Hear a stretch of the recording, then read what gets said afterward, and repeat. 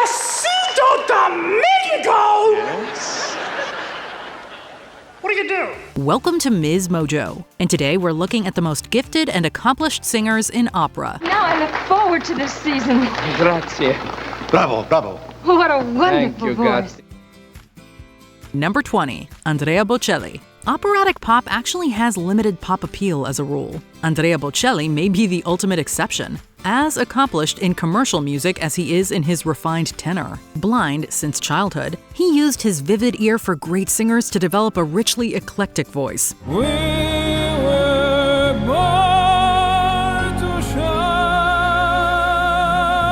Luciano Pavarotti himself helped give Bocelli his big break into the mainstream. Since then, Bocelli has earned renown with his blend of classical and various forms of pop. He's performed with the likes of Sarah Brightman, Renee Fleming, and Bryn Tervel, as well as Dua Lipa, Ed Sheeran, and Celine Dion. Never mind his 3 musically gifted children. Commercial savviness aside, Bocelli has a voice to enchant anyone.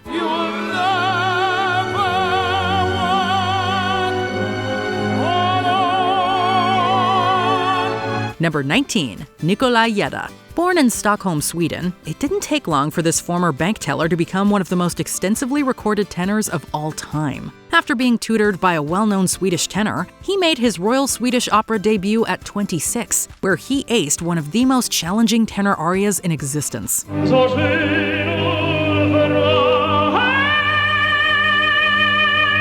Before long, he was appearing in opera halls from La Scala in Italy to the Royal Opera House in London. This brilliant tenor, renowned for his work in Palestrina and I Puritani, continued performing well into his 70s.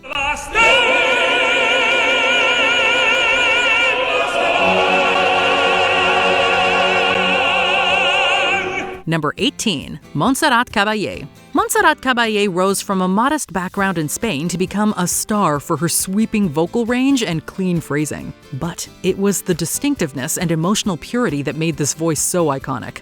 Caballe's popularity was further raised by Barcelona, a classical crossover album with Queen frontman Freddie Mercury.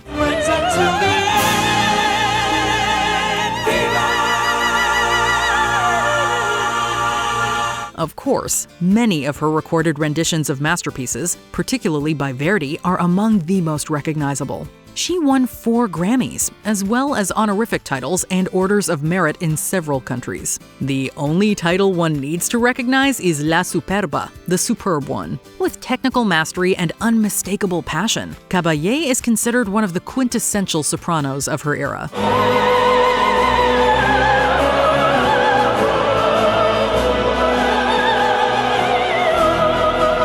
Number 17, Nikolai Goov. Not many basses have hit the professional high notes of Nikolai Goov. His rich voice simply commanded attention. The Bulgarian classical prodigy won a scholarship to attend the esteemed Moscow Conservatory and starred in some of the most prestigious opera houses in the world. He was particularly prolific at the Metropolitan Opera in New York.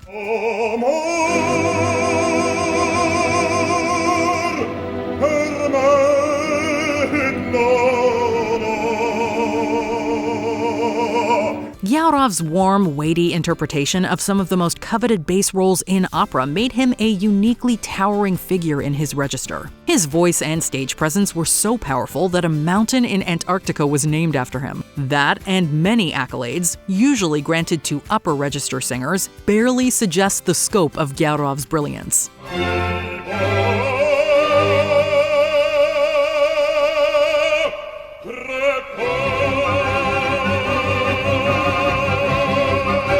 Number 16, Renata Tebaldi. When legendary conductor Arturo Toscanini opened La Scala, he boasted that Renata Tebaldi had, quote, the voice of an angel. The nickname La Voce d'Angelo would follow her throughout one of the most celebrated opera careers of the 20th century.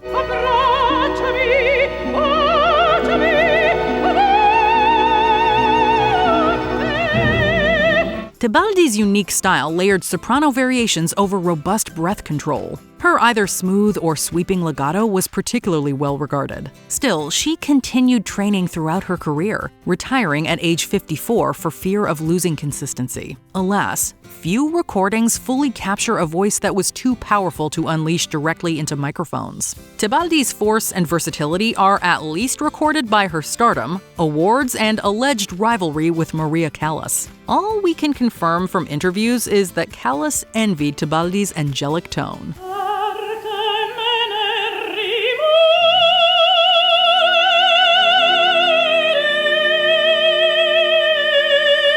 Number 15. Leontine Price. With opera's tragic history of discrimination, its color barrier took too long to break. Soaring spinto soprano Leontine Price shattered it.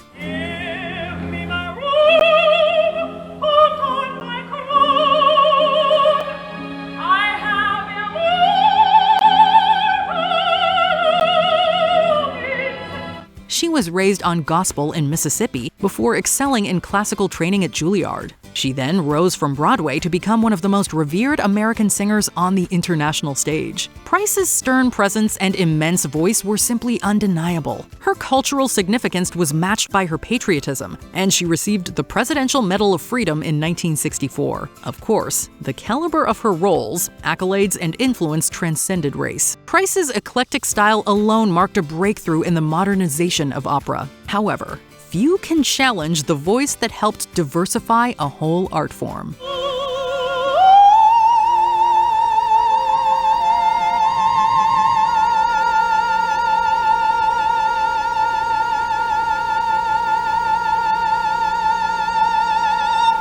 Number 14. Jilia Bari. Creativity, emotion, and technical ability are hard to reconcile at their heights. But Jilia Bari makes it look effortless as a regular one-voice symphony. The mezzo-soprano's flexible register and idiosyncratic vibrato are delivered with hypnotic passion. And her signature fast-paced runs are simply spectacular.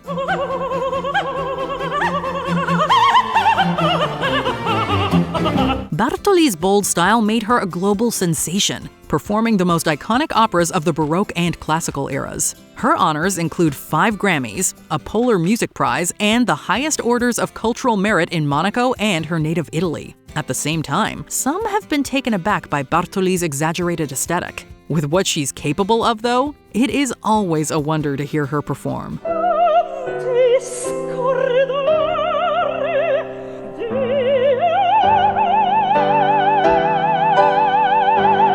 Number 13. Renee Fleming.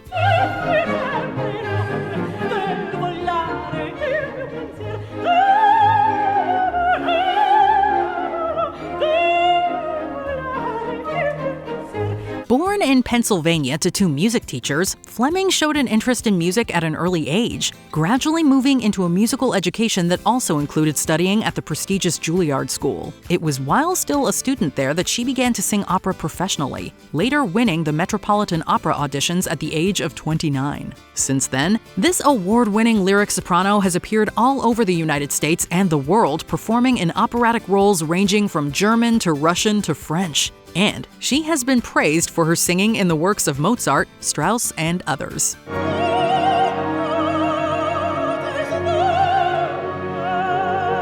Number 12. Kirsten Tanoa. Kirsten Tanoa earned popularity in the 1960s by bringing an operatic technique to theatrical pop. After her 1971 debut at London's Royal Opera House, the New Zealand lyric soprano became one of the most celebrated singers in the world.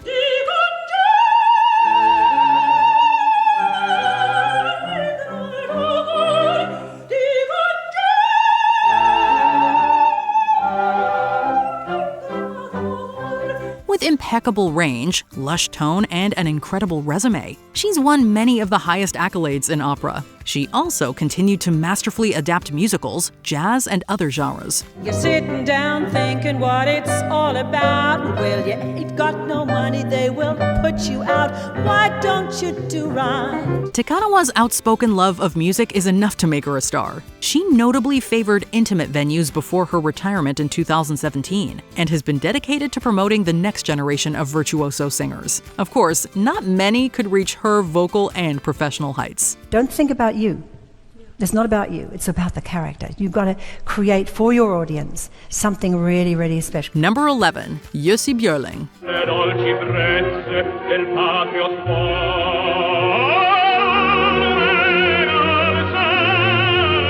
Known as the Swedish Caruso, this tenor was taught to sing by his father and made his first public appearance when only 4 years old. Though his career was tragically short, dying at the age of 49 due to heart problems, he left a legacy that inspired many men to come after him, including Luciano Pavarotti. Known mostly for his shows at the Metropolitan Opera in New York, he was so dedicated he still performed La Bohème at the Royal Opera House despite suffering a heart attack just hours before.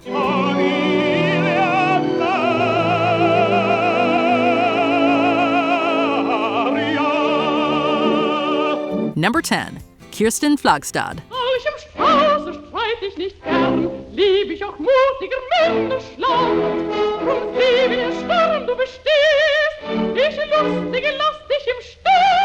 Born in Norway to a conductor and pianist, Flagstad received training in the capital Oslo and made her debut there at age 18 at the National Theatre. Her vocal flexibility and eagerness to take on new roles progressed her quickly, and while touring in Scandinavia, caught the attention of the chairman of the Metropolitan Opera and was soon invited to New York, where her popularity shot through the roof. Known for her performance in Tristan und Isolde among others, this beauty and virtuoso in line and tone has been called the voice of the century.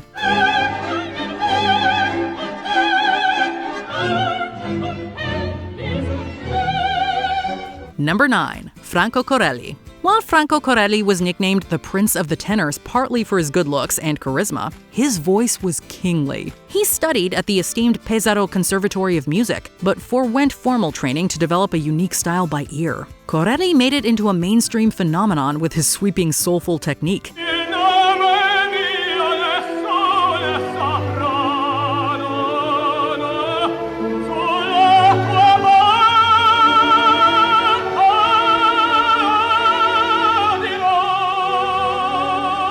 His extravagant showmanship may have polarized opera traditionalists, but it granted him a unique level of stardom by the 1960s. He was particularly well known for his extensive work in New York's Metropolitan Opera. With such power, however, Corelli retired with vocal fatigue just 25 years into his career. In that time, he redefined not only the image of an opera star, but the standard of ability and creativity.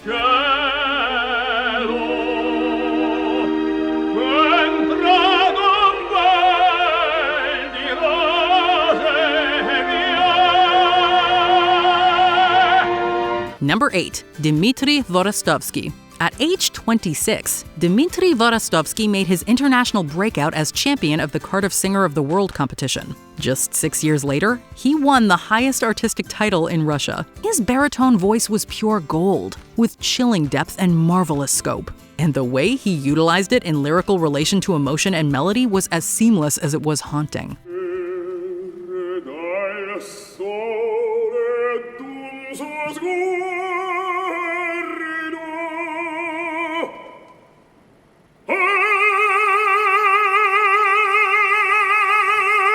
Vorostovsky became one of the most sought-after baritones around, performing brilliantly until his final days. His death from cancer at age 55 was a great tragedy in the world of opera. Still, his massive body of work lives on as a prime example of his register and singing in general at their most enchanting.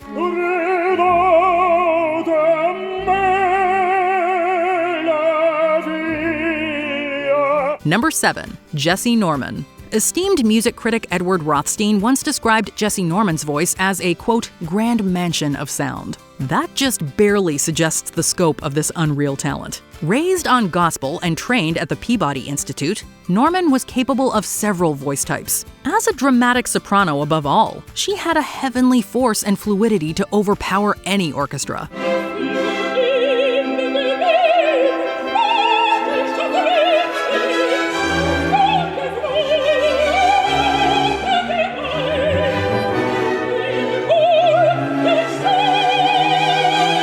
Her seemingly effortless mastery won many high honors around the world, and 5 Grammys, including one for Lifetime Achievement. She performed in the most prestigious venues and at ceremonies for world leaders. It was a prolific career all the way to Norman's passing at age 74. Not simply a once-in-a-generation phenom in technique, Norman sang with the very sound of divinity.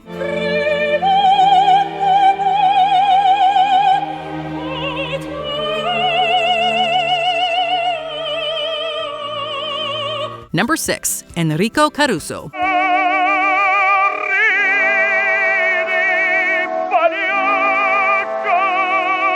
Born to a poor family in Naples, Italy, this man, who originally sang on the street to raise money for his family, ended up becoming one of the most famous celebrities of his time. Debuting at the Teatro Nuovo in Naples, it wasn't long before Caruso found himself at the Metropolitan Opera, where he showcased his powerful voice, which could hit high C with confidence, even in his later years. Having toured through Europe and the Americas, the success and talent of this singer long surpassed his short life. The legacy he leaves behind and the fame he still holds make Enrico Caruso a true legend of opera.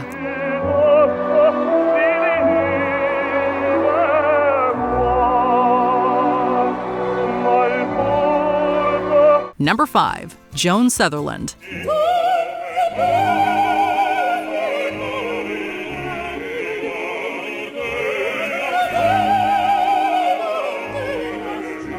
Born in Sydney, Australia, Sutherland was drawn to music after hearing and attempting to copy her mother singing at an early age. Although she made her concert debut in Sydney and studied music in several institutes, her breakthrough performance was in singing Lucia di Lammermoor at the Royal Opera House. Touring the world and with the likes of Pavarotti, her dramatic soprano voice and incredible intonation, staccatos, and unique trill earned her the respect of audiences everywhere, and the nickname La Stupenda, or the Stunning One.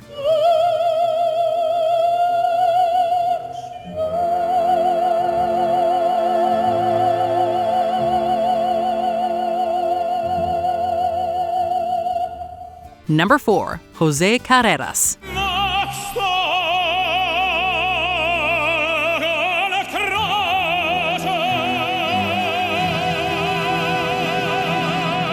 Born in Barcelona to a working-class family, he developed a love for singing early on, and first sang publicly at the age of 8 in a broadcast on Spanish national radio. After receiving an extensive musical education and support from the renowned soprano Montserrat Caballe, he progressed as an acclaimed tenor speedily. Known for his appearances in the works of composers like Verdi and Puccini, Carreras is said to have one of the most beautiful tenor voices of his time, and grew to even greater fame as one of the 3 tenors.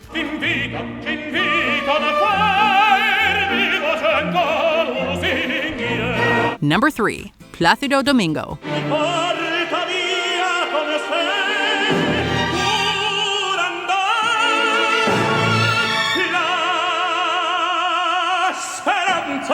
This 9-time Grammy Award winner, tenor, and conductor was born to zarzuela performers that encouraged him to likewise pursue a musical career in Mexico. Known for his incredible versatility in voice, having performed some of the most difficult baritone musical pieces, as well as in role, with 147 roles to date. This multi-talented performer has also appeared in television, film, and the Olympics closing ceremonies. One of the best-rounded tenors in history, his performances as one of the 3 tenors and solo have been described as, quote, monumental and, quote, unforgettable.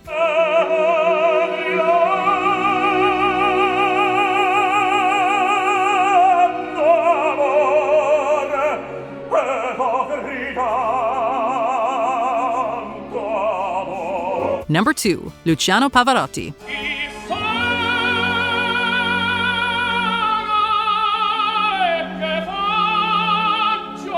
Born in northern Italy to a poor family, this former schoolteacher who allegedly never learned to read music later became one of the most commercially successful tenors in history. First appearing internationally in Belgrade, Serbia, his talent took him to greater places. And his debut at the Metropolitan Hall in 1972 was so impressive that he received 17 curtain calls. Touring far and wide, both on his own and as a member of the 3 tenors, his performances of the classic Nessun Dorma are perhaps some of his most memorable.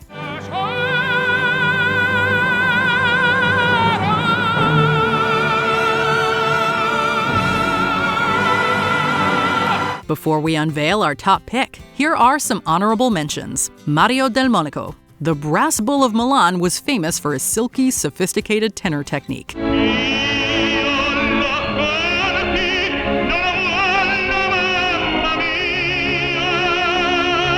Marilyn Horne, a highly decorated mezzo-soprano of celestial beauty. As the grass grows on the breeze. Mario Lanza, as much a tragic Hollywood idol as he was a cinematically gifted tenor.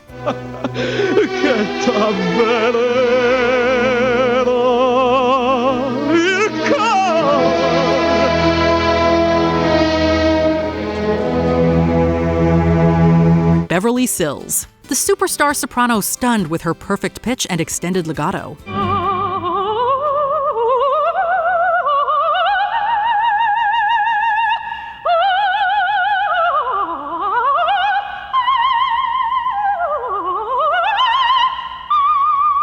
Bryn Terfel, the swaggering bass baritone, is one of Wales' most famous and decorated singers.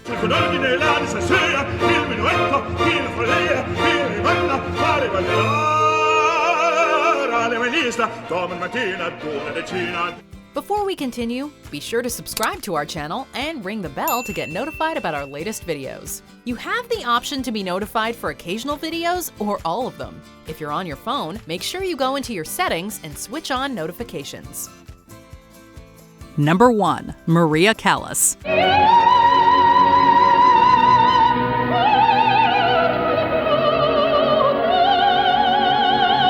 Hailed as the greatest soprano of all time and considered an influence on countless musical artists, Callus was born in Manhattan, studied music in Greece, and launched her career in Italy. Though her life was marred by a difficult childhood, strained relationships with family members, weight problems, scandals, love affairs, rivalries with other singers, and personal tragedies, her vocal and dramatic gifts always outshone the negative. Though she was severely visually challenged, she brought life, humanity, and beauty to nearly every role she took on. And for this, she has been called La Divina, the Divine One.